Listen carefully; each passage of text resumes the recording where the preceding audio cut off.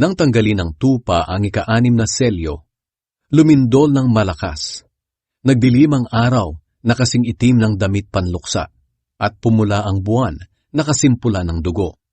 Nahulog sa lupa ang mga bituin na parang mga hilaw na bunga ng igos na hinahampas ng malakas na hangin.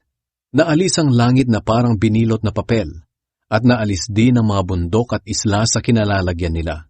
Nagtago sa mga kuweba at sa malalaking bato sa kabundukan ng mga hari, mga namumuno, mga opisyal ng mga kawal, mga mayayaman, mga makapangyarihan, at ang lahat ng klase ng tao, alipin man o hindi.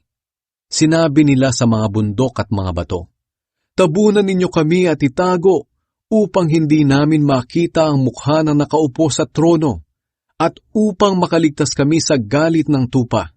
Sapagkat dumating na ang araw na parurusahan nila ang mga tao, at walang sino mang makakapigil sa kanila."